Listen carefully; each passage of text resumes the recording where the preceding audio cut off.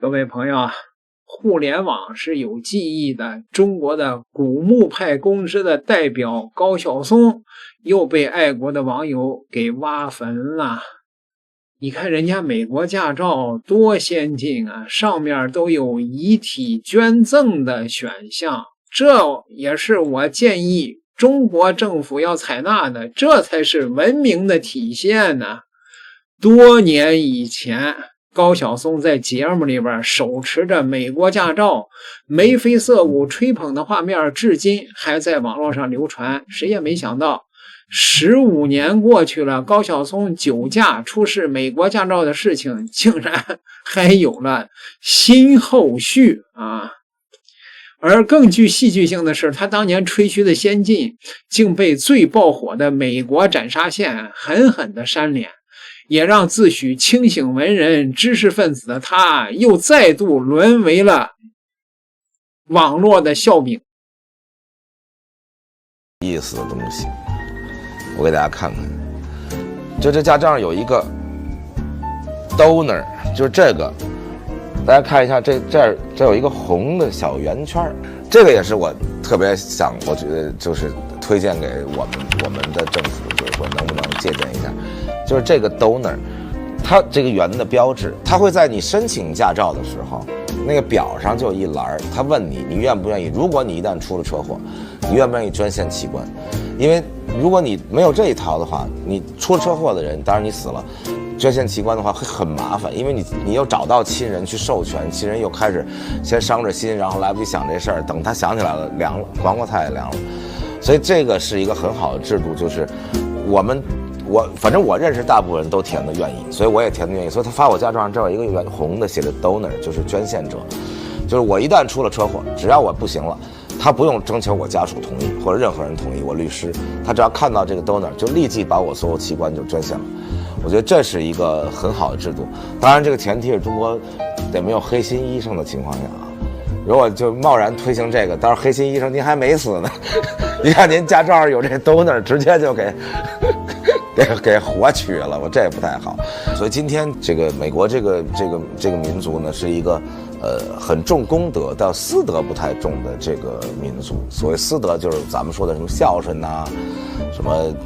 这个对孩子就怎么好啊，为了孩子恨不得什么都能干啊。但是中国人的问题呢是私德非常好，只要认识的人，自己好的人为他做什么都行，但是公德有缺乏，就自己不认识人，躺地下死了都没人管。这简直是挖坟的大型的翻车现场啊！从清华校长之孙、全民追捧的才子，到争议缠身、销声匿迹的跳梁小丑，他的人生下半场早就写好了伏笔啊！2011年的酒驾风波成了高晓松国籍争议的开端，执法现场他出示美国的护照的画面被媒体拍下，高晓松入籍美国的消息瞬间刷屏全网哗然啊！一个靠解读中国历史、唱着校园民谣走红的公众人物，竟偷偷的换了国籍了。彼时北京的交管部门第一时间出面澄清，确认其持有合法的中国身份证，是按中国法律判处刑事处罚。2019年他更是直接在评论区回复质疑他国籍的网友，我一直都是中国籍啊，何来回来啊，他辟谣了。这场风波本应如此落幕，可他后续的言行却让质疑声从未停止啊！因为他曾经不止一次的吹嘘美国的先进性，就连驾照上的捐献遗体选项都被他看作了文明的证明。彼时很多网友被他的信誓旦旦给忽悠了。可2026年初，劳 A 斯奎奇大王的斩杀线理论爆火全网，留学生分享的美国的真实生活彻底戳破了美国天堂的滤镜啊！也让高晓松当年的言论被扒出，惨遭现实狠狠的打脸。曾经他是美吹的天花板，把美国描绘成完美的乌托邦，不仅大肆宣传美国对老兵的优待，甚至还否认其侵略中国的历史。然而现实世界的破窗效应让他无处遁形啊！美国军官被本国警察当街虐打的新闻，像是一记惊雷，炸碎了他构建的幻象，连官方都忍不住嘲讽：这就是你说的尊重吗？最令人脊背发凉的是他那套关于遗体捐献的高尚的说辞。听了斩杀线的创始人劳 A 的科普后，很多人才意识到，这并非什么人性的光芒，而是一个冰冷的生存备份的计划呀。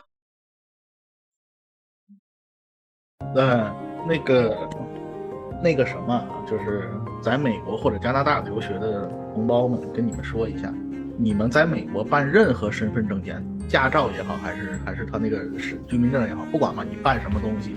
你们一定要看看他那个 donor 那一栏，他到底给没给你自动勾选上，你一定把那个东西取消掉。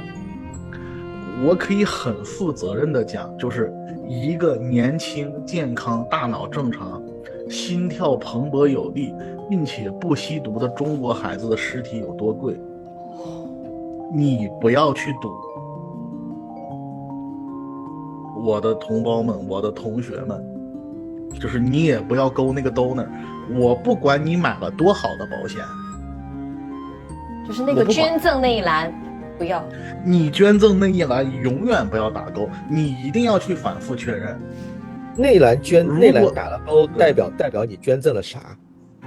你任何意外，比如说没了以后就是对。比如说你只是昏迷了，但是他就是医学上判定你，比如说植物人怎么的，然后你捐比如说你哪些器官还能用的，一旦捐了那个东西之后，就一旦出了某些意外之后，我就把自己给捐出去了，对吧？就我整个人就不是我的了，我就捐出去了，是这意思吧？是的，就是你的父母想把你的尸体要回来都要不到。我不管你有多少钱买什么保险，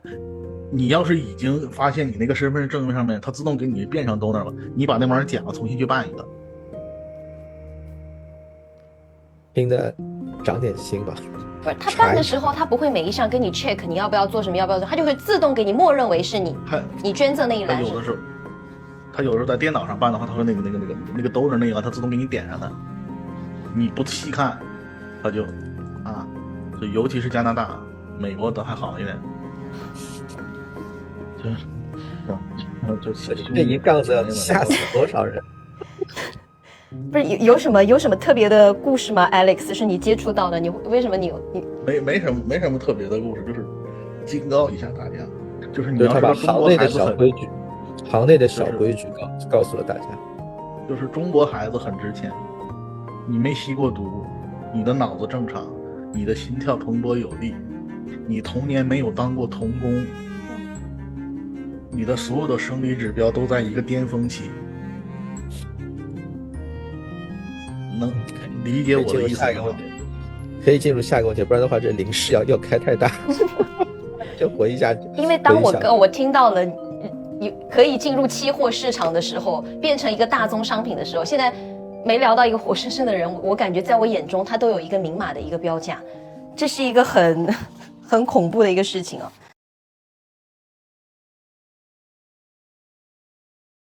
挖坟出来的回旋镖狠狠地打在了古墓派的公知高晓松如今的脸上啊！所谓的奉献，本质上是对他人生命的掠夺，只为了在遭遇不测的时候能够更便捷地征用车祸，或者说是别的受害者的身体的部件。这些被翻出的言论让高晓松彻底的又沦为了全网的笑柄。网友调侃劳 A 斩杀线先斩高晓松，7年的国籍辟谣终究洗不掉他媚外言论的原罪呀。高晓松没想到啊，他历经了这个减肥整容，拉的双眼皮什么的这个试图复出，但是在今天多年以前的这个回旋镖又把它彻底的给砸回到了古墓里边，再也回不来了。